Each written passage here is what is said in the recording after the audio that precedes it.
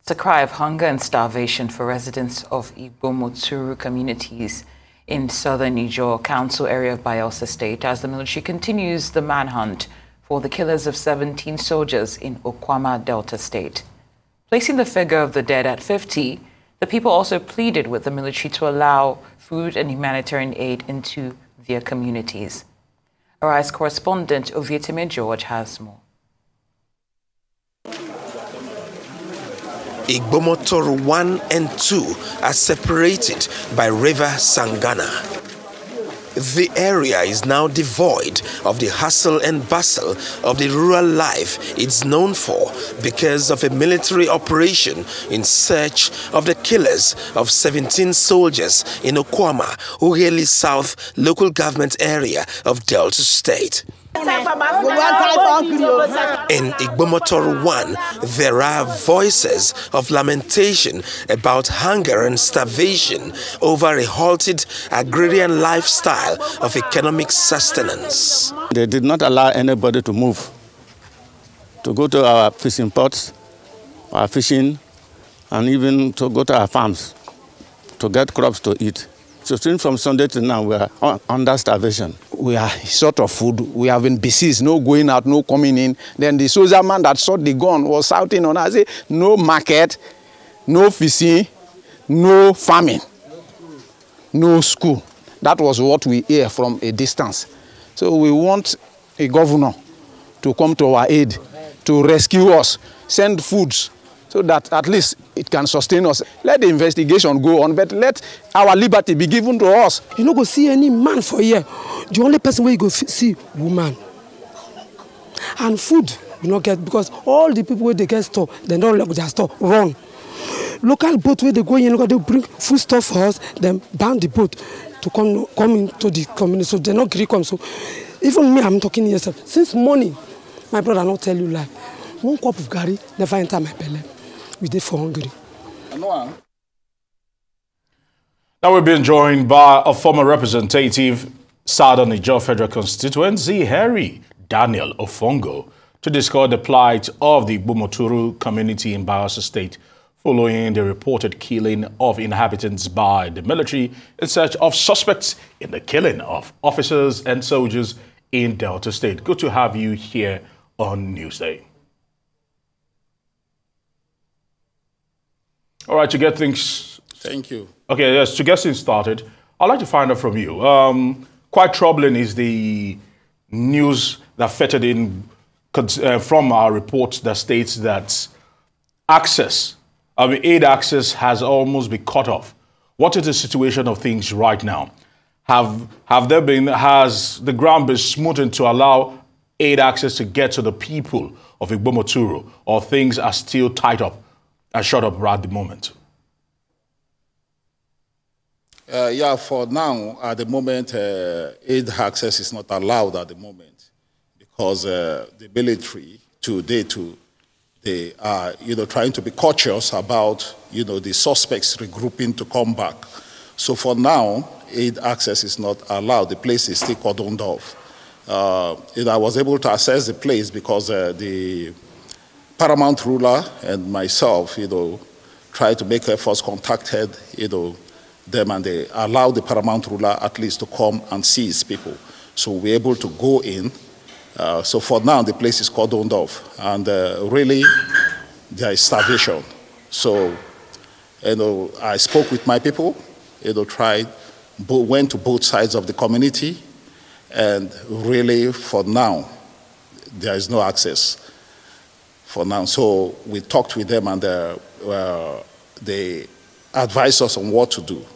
So at the moment, I think it is the brigade commander, then the brigade commander and the GOC that we want to plead with to please allow us. Let us take food to the people. Let us take food to the people, because at least for now, the people are innocent people that are suffering this thing. While they are looking for the suspect, even if it means me personally leading the team that will take food access with the military coming to do proper search on items and all that, we will be very glad, because it is not easy for the people. Little children, nursing mothers, the elderly, some people are sick. I even had to come personally. I have to bring a very sick woman with a little baby to Enegwa on my way back when I was coming back from the village. So I want to please plead with the military. Yeah, they are really doing a fantastic job. In fairness to the military, with the stories going about that the place is being invaded, houses being burnt down, innocent people being killed. No, it is not like that. That is not the true position of things. Are people dead? Yes, it is true. Who are these people? So that is the thing. Yeah, there are people from Igbomotoru, and I know, yes, that people are dead, and we need to ascertain the number. So for now, there is no access. The most important thing for us is that let the people that are alive not starve to death equally. They are human beings. They are innocent people. So I'm pleading with the military high command, I'm pleading with the president to prevail on the military to please allow aid, food, water, medicine into the community, because the people are really suffering for something they did not do. Thank you. Thank you, Mr. Daniel-Ofongo, and also thank you for clarifying the situation of things in terms of correcting or clarifying that the military is not actually burning up structures and whatnot. But calls are also being made for the federal government to set up, IDP camps, seeing that those who fled from this affected area are not being accommodated in neighboring communities for fear of reprisals or whatever, or attacks from the military. So based on this call that's been made by those that have been affected, have you seen any gesture from the federal government that signifies that there's an attempt to set up an internally displaced persons camp in the interim?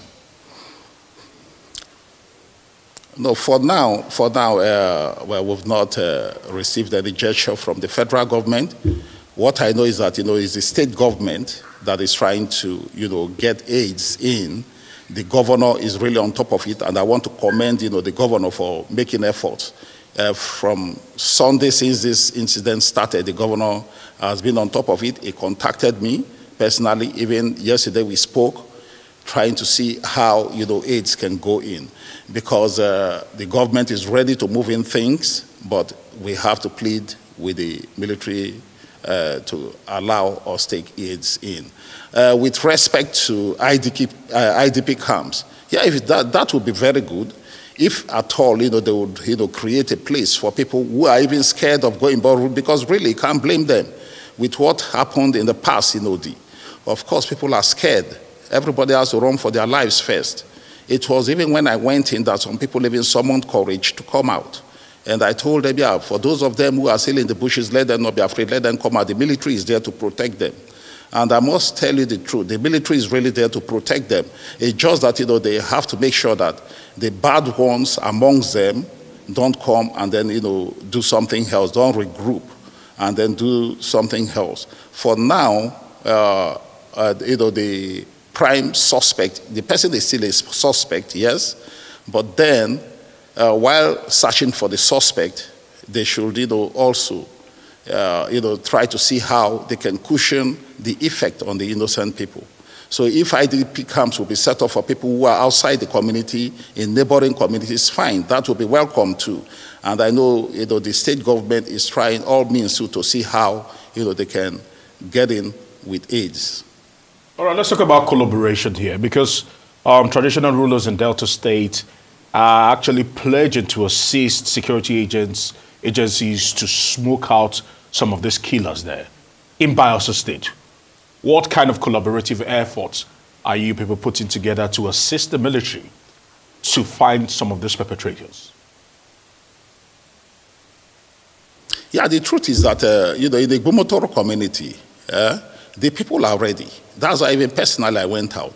Like, if you look at it, before this time, the Royal Highness in the Igbomotoru community had already been writing letters complaining about the presence of these suspect in that community. Yes, his mother is from there. He has every right to be there, but not to be with harms. Because of, these bunkering activities that the royal paramount ruler was against, yeah, there are one or two persons who are not happy because they were in support of what the young man was doing. As a result of that, the man was threatened and, at gunpoint, taken out of the community.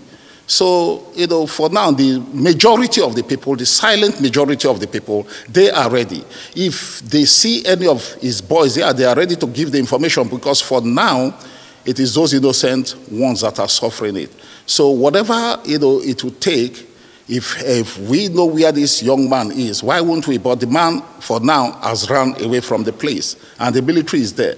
So since they've cordoned off the place, wherever, the suspect is, for me, I will even want to urge those his supporters. In the past, they always, protect him with lawyers. Let them not be hypocrites. And this is the time they should come out. He has not been found guilty yet. Let them come out. If he's innocent, let them call him out. Let them get his lawyers and call him out instead of innocent people to be suffering. So those his supporters, this is the time they should come out. They shouldn't be hypocrites. Let them come and prove it if he's innocent, instead of allowing the community people to suffer. Right now, most of them too are not even in the community. Innocent people are suffering in the village.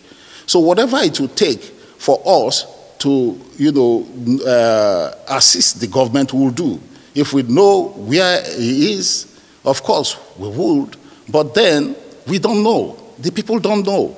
The people have been living under siege for long, for the past 3 years since he came in. So, using these people as human shields. For now, we don't really know where he is because he's no longer in the community. Maybe his supporters will know, and most of them too are not even around. They've all run away from the community. So now that he's a suspect, we want to plead with them. Let them equally get lawyers for him like they always do. Then tell him to come out to prove his innocence or otherwise, so that this suffering, the people are suffering, will come to an end. Thank you. We'd like to thank you as well. Former House of Representatives member Henry Daniel-Ofongo, thank you for shedding light on this matter, and we do hope that your pleas do not fall on deaf ears. Thank you.